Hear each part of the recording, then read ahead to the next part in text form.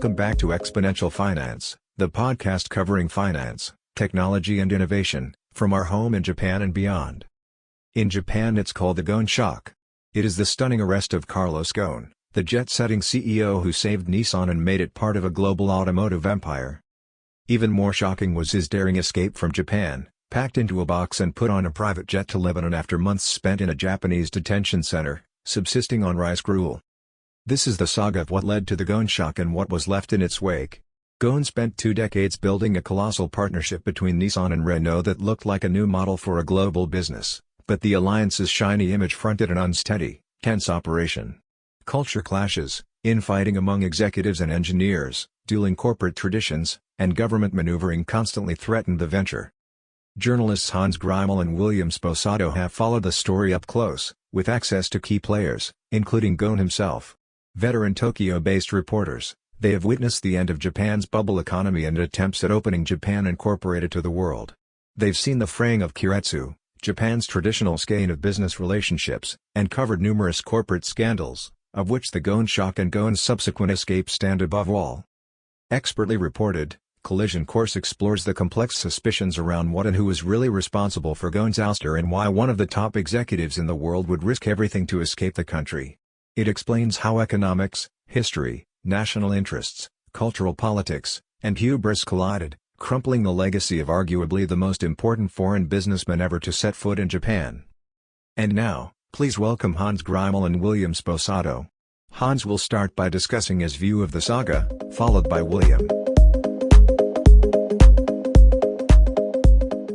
Let me take you back in time a little bit. I'll tell a little bit about how I came into the story. You know, there's always these moments in time where you always remember where you were, where you hear the first word of some kind of a news event. And it might be like the Kennedy assassination for some, or perhaps the Space Shuttle Challenger exploding, or maybe the 9/11 attack on the World Trade Centers, or even the earthquake here, the 2011 earthquake in Japan. But for me personally, there's another mega event that's kind of burned into my brain, and that is the stunning arrest of Carlos Ghosn, who at the time was the chairman of the Renault, Nissan, Mitsubishi Auto Alliance, and he was one of the most storied auto executives in the history of the industry. So I'll always remember where I was when I heard that news the first time. I teach journalism school at Waseda Graduate School of Journalism as a part-time night school, and it's just for beer money.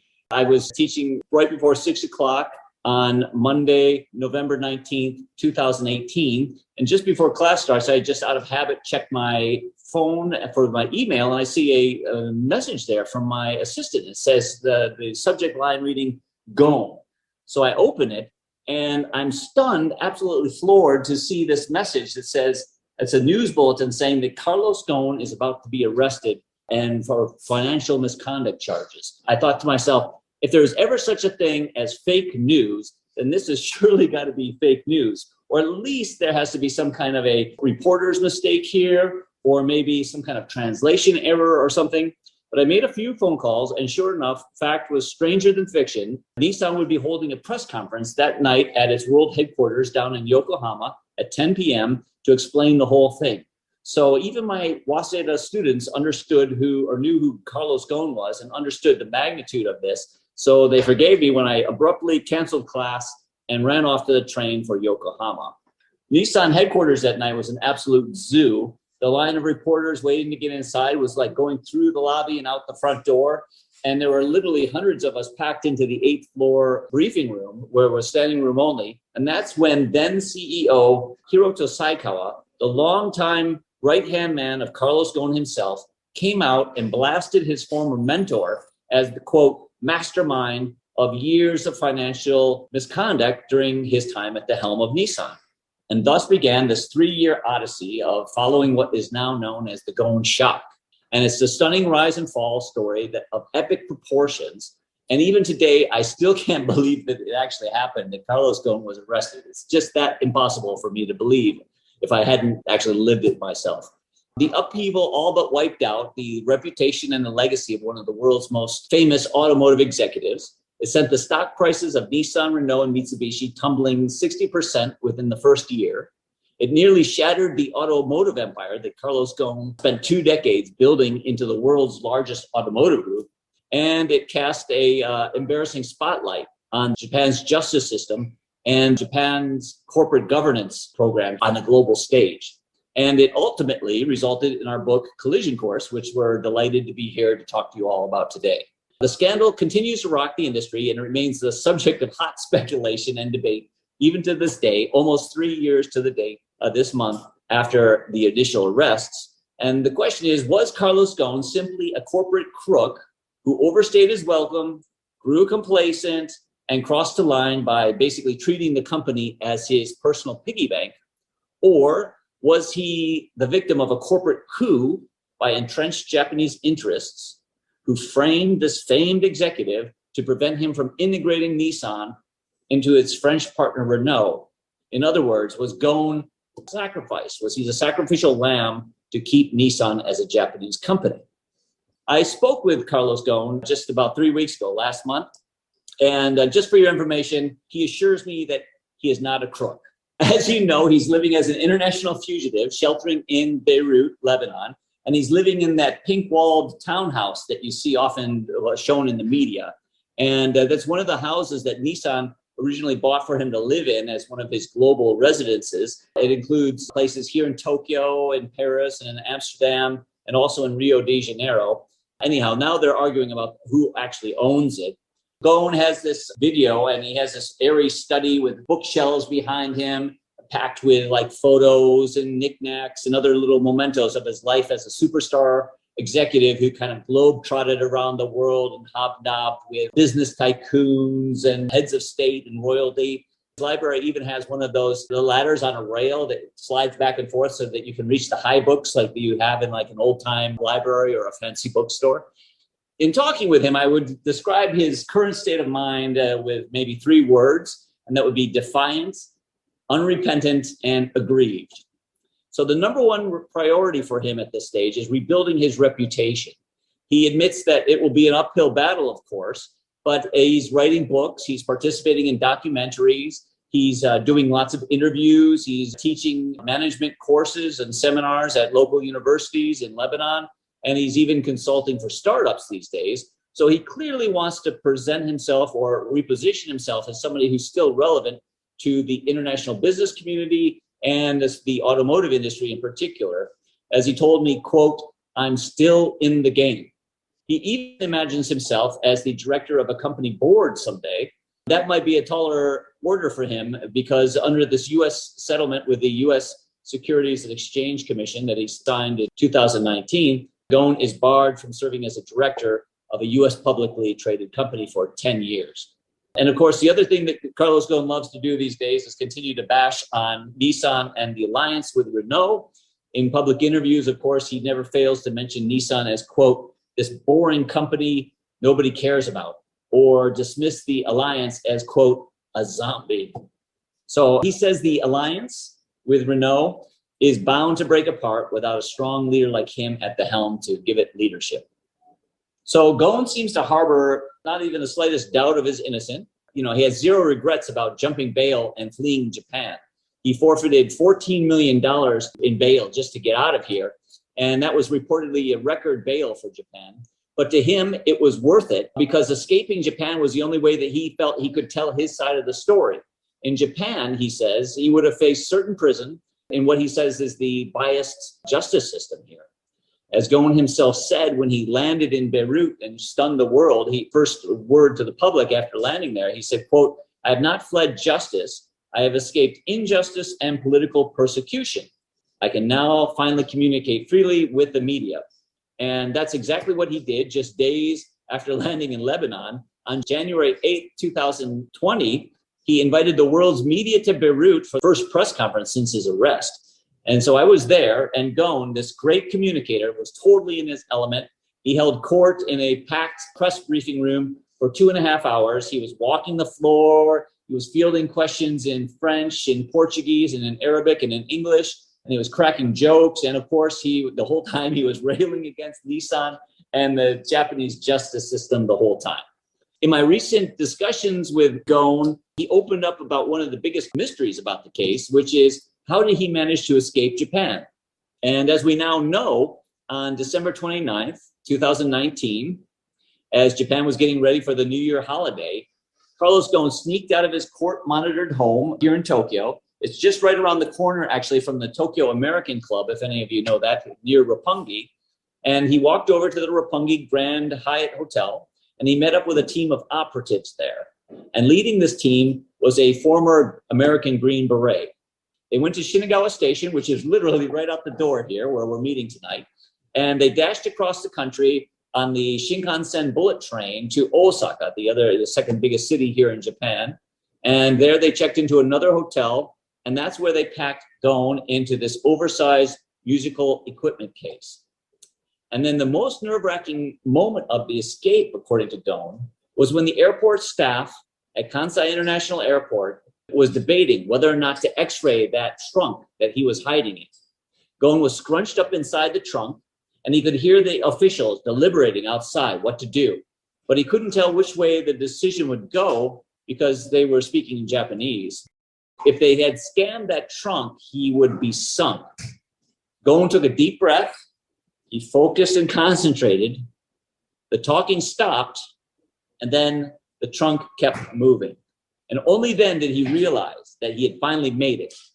Gohn and his trunk were loaded onto a private plane, and he was spirited out of the country shortly before midnight that day. And in Gohn's own words, as he told me, he said, quote, "This is the single most important decision that had an impact on my life." So watch for this moment to be recreated as the climax scene of any kind of Netflix documentary that might be coming out. Regardless of what you think about Gohn or the allegations against him, I have to give him credit for just having the courage to even attempt such a brazen escape. It must have been it took real nerves of steel, I think, to do it. Getting back to the conspiracy, a crook or conspiracy, in one sense, we can say, yes, there definitely was a conspiracy to get rid of Carlos Gohn. A group of 3 executives at Nissan, the head of internal audit, the head of the legal department, and the head of global government relations, admitted in court to launching a secret internal investigation of Gohn in early 2018. They even met together for private lunches to discuss the matter, and they took the matter straight to prosecutors, bypassing the board. They didn't go to the board, they took it straight to prosecutors. And on top of it, they also indicated that, yes, indeed, they were against Gohn's plan to integrate Nissan into Renault. They wanted to keep Nissan autonomous. But what were the real motives? In court, this group said that the probe was spurred only by their suspicions of financial misconduct, not their differences with Gohn about the corporate integration plan. To them, it was a crime, not a coup. Gohn and his backers, as you can imagine, they say the conspirators wanted to stop the integration with Nissan and Renault the most decisive way they could, by taking out the architect of the plan. To believe otherwise, Gohn says, you'd have to be pretty naive. So in this Carlos Ghosn Nissan Motor saga, there are still a lot of unanswered questions. And with Gohn living in Lebanon beyond the reach of Japanese justice, it's pretty unlikely many, if any of these questions will ever be answered in court of law. So in Collision Course, what we try to do is tell both sides of the story, and we're not afraid to acknowledge that there's lots of gray area and unanswered questions. But there's still lots of important lessons that can still be learned from this case. Right now, the Gohn saga is still playing out in courts around the world, thanks to a litany of civil cases, class action suits, and criminal cases. By one count, there are some 50 cases going on around the world. In Japan, the American father and son team that helped Gohn escape to Lebanon, they were sentenced to prison here in July. So the father, Michael Taylor, he got 2 years in prison. And the son, Peter Taylor, he got 1 year and 8 months. And here in Tokyo, the trial is still underway for American Greg Kelly. He's the former Nissan director who was arrested the same day as Gohn and charged as his alleged accomplice, essentially, in some of these financial charges. The defense made its closing arguments, and now the verdict in Kelly's case is expected in March 2022, more than 3 years after his arrest. Prosecutors are demanding 2 years in prison for Kelly. Meanwhile, the Renault-Nissan-Mitsubishi alliance is anything but certain, the future of it. All 3 companies now have new CEOs and are struggling to dig out of massive losses. In Nissan case, it's the biggest loss in the company's history. And relations between the French side and the Japanese side of the alliance are still bruised and battered. and critics say the alliance is bound to break up. Now, despite all this upheaval that we've seen over the last 3 years, the root problem of this unbalanced alliance between Renault and Nissan is still unresolved. Renault is still the smaller company, but owns a controlling 43% stake in Nissan. And Nissan is the bigger company, more profitable company, but it owns only a 15% non-voting stake in Renault. Now, serious discussion on rebalancing that cross-holding relationship were simply kicked into the future, kicked down the road, and left unresolved. So that potentially means more fireworks between these companies. Finally, there's the lingering embarrassment about the doubt cast upon Japan's justice system by Gohn's humiliating escape from Japan, and all the new attention it brings to what critics here call Japan's hostage justice system.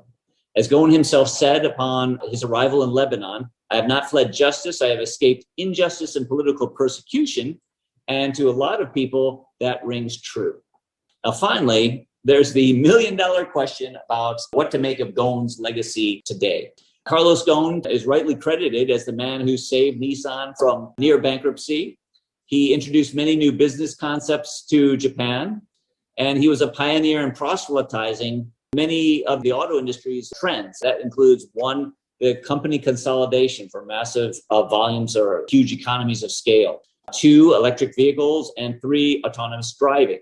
He built Nissan, Renault, and Mitsubishi into the world's largest auto group. In 2017, it sold 10.6 million vehicles in total, accounting for nearly 1 in 8 vehicles sold worldwide that year. But critics say that he took his eye off the road in his later years. He became an emperor with no clothes, and no one could tell him no. Gohn embarked on over-ambitious expansion plans and began slipping on some of his targets that he was famous for always nailing. For example, his target to sell electric vehicles, he missed that by over 1 million units, 1 million vehicles. He fell short by that much. And today, Gohn's successors at Nissan, Renault, and Mitsubishi are all downsizing operations. Whereas Gohn said bigger is better, the new mantra at these companies is small is beautiful.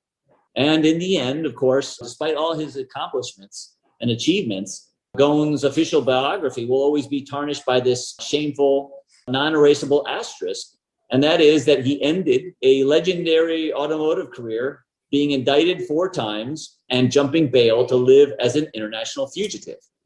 Carlos Ghosn landed in Japan as a legend, but he left Japan in a packing crate. So in that sense, the symbolism speaks for itself. So the Carlos Ghosn Nissan scandal is still riddled with many, many unanswered questions. But with new developments and information always coming to light, we can expect one thing perhaps, and that is that this sordid saga will continue to evolve, mystify, and be the subject of lots of speculation, probably for years to come. This last chapter of the saga is not yet written, and future generations may view it a lot differently from how we understand it and see it today. And with all the twists and turns that this crazy story has taken so far, I wouldn't rule out anything happening in the future. And that includes the possibility of maybe Gohn ending up back in Japan someday to actually stand trial. So remember, if that actually happens, you heard it here first. And I'll turn it over to William now. He'll flesh out all the details and the nuance, the analysis that I left out. Go ahead. That's very kind. Thank you. So this was a very complex case, obviously. There are cultural issues, corporate culture issues, country cultural issues, the role of the French and the Japanese governments, and as Hans mentioned, whether there was indeed, as Gohn contends, a government-led conspiracy to bring him down. So I'll take each of those sort of one at a time. In the corporate culture area, Gohn came in 1999, and one of the amazing things about a foreign executive coming in was he did really well. He seemed to have a sixth sense of what things he needed to change, what Japanese traditional things he should abandon, and which ones he should keep. The need to confer, to get buy-in from colleagues, etc. He seemed to have a handle on that. And indeed, for the first years, it went very, very well. So when you look at probably the key metric, the value of Nissan from 1999 to 2007, which is when it peaked in value, the market capitalization rose more than 800%, or around $60 billion. So Gohn can claim that he brought $60 billion in value. Whatever the numbers may be at the other side about whether he was underpaid and whether he deserved more, sort of pales in comparison to that number. One of the questions that comes up, okay, Nissan is worth around 30 billion today. Tesla is worth $1 trillion.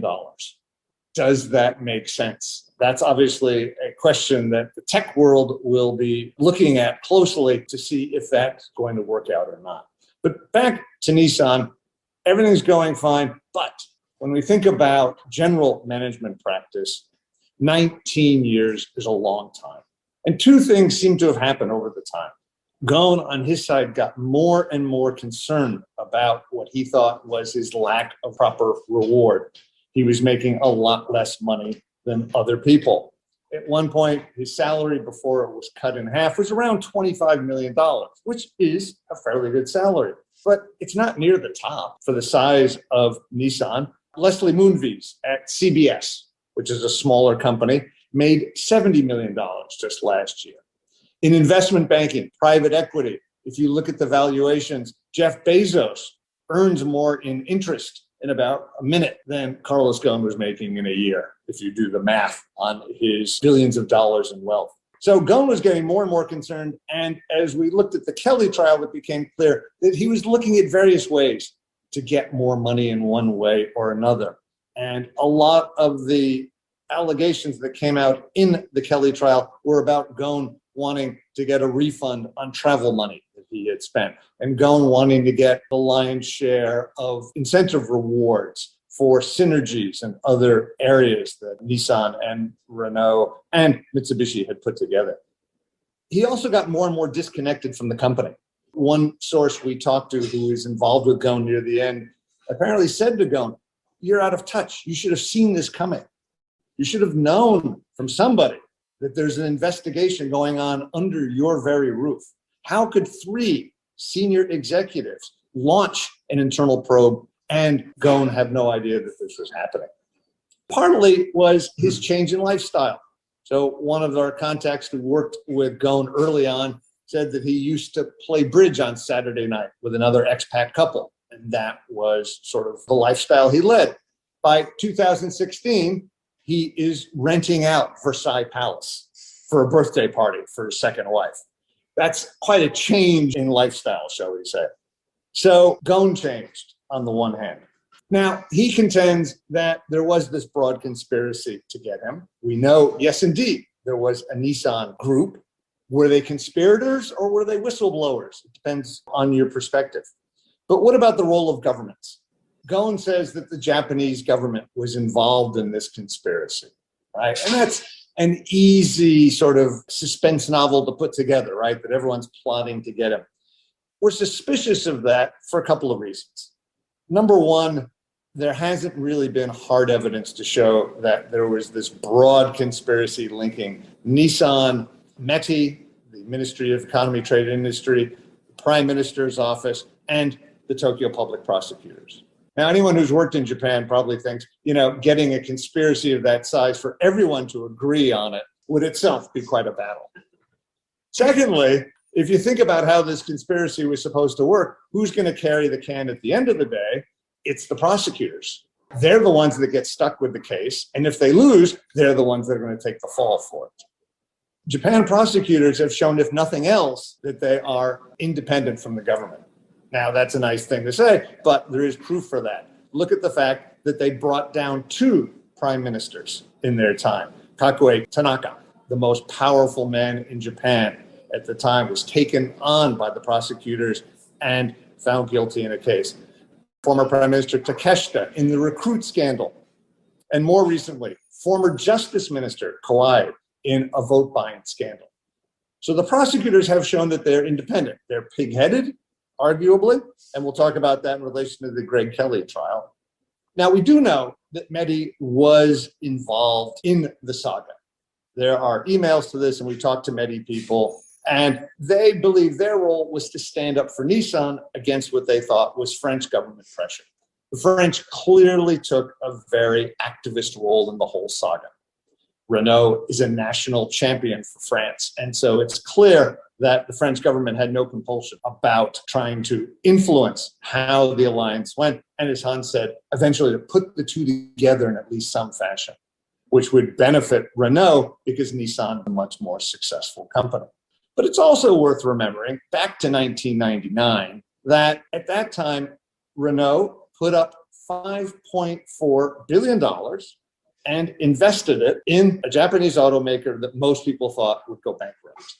It was an incredible gamble at the time. And so it's easy for the French government and Renault to think that it's payback time. We put up the money to rescue you. We brought in Carlos Ghosn, who added $60 billion in value. We want to get what we think we're entitled to, which is a closer alliance, if not a full merger. So there were those tensions going on, and that's one of the reasons we call the book Collision Course, because there are so many collisions going on back and forth that are around this whole saga.